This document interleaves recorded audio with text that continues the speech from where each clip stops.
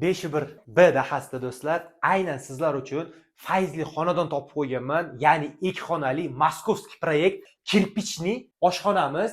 Lokatsiyasini qayerdaligini so'ramoqchimiz do'stlar. Bilmoqchimisiz? Как положено shunday ko'rsatamiz. Bu yerda Angren vokzali, bu yerda yangi ochilgan korzinka, bog'cha, maktabga juda ham yaqin, qulay. Bu yerda shunday o'tib, dvorga kirib olishingiz mumkin.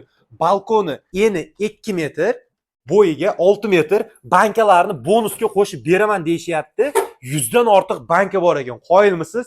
Xullas, ko'rib turgan barcha mebellaringiz xolodilnik televizordan tashqari, agar kelisha olsangiz, обязательно televizor bilan xolodilnik qoladi deyishyapti. Atak bu yerda воздуховод, gaz plita, qolgan mebellar hammasi qolar ekan do'stlar. Bunimiz birinchi xonamiz, patologi 3 metr, даже 3 metrdan ham oshiqroq bo'lsa kerak. Remontlari yaxshi. Qaytarib o'taman, kirpichli dom.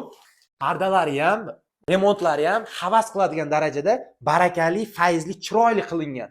Buni dvordan ko'rinishi do'stlar. Xullas, bu yerdan sekin mashina kiriladi. Yana bir bor qaytarib o'taman. Korzinka. Xohlasangiz bu yerdan kirasiz. Bu yerda birinchi podyezd, ikkinchi etaj. Oynani yopib, ikkinchi xonamizga o'tamiz. Bu yerimiz kiraverish bo'ladi do'stlar. Bemalol kirib, bu yerdagi mebelimiz hammasi qoladi do'stlar. Как положено bunimiz ikkinchi xonamiz. Bunimiz ham kengina, bitta oila yo ikkita oila ham bemalol yashasalaringiz bo'ladi. Issiq suv, sovuq suvdan, atapleniyadan muammo yo'q. Qishda issiq, yozda salqingina. Bu yerda esa hammomimiz kengina, bu yerda ham atapleniyamiz bor. Bu yerda esa issiq suv, sovuq suv. Bu yerda esa men do'stlar, hojatxona, как положено kengina, aristonimiz как положено ishlaydi. Aristonimiz ham qoladi do'stlar.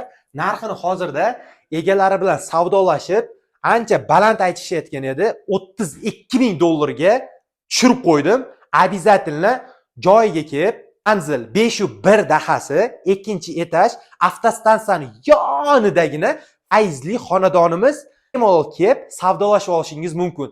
Pastdagi raqamlarga aloqaga chiqaverasizlar. Bu aynan uyda egalarini nomeri. Obuna bo'lib, like bosib, fikrimizni bildirib qo'yamiz.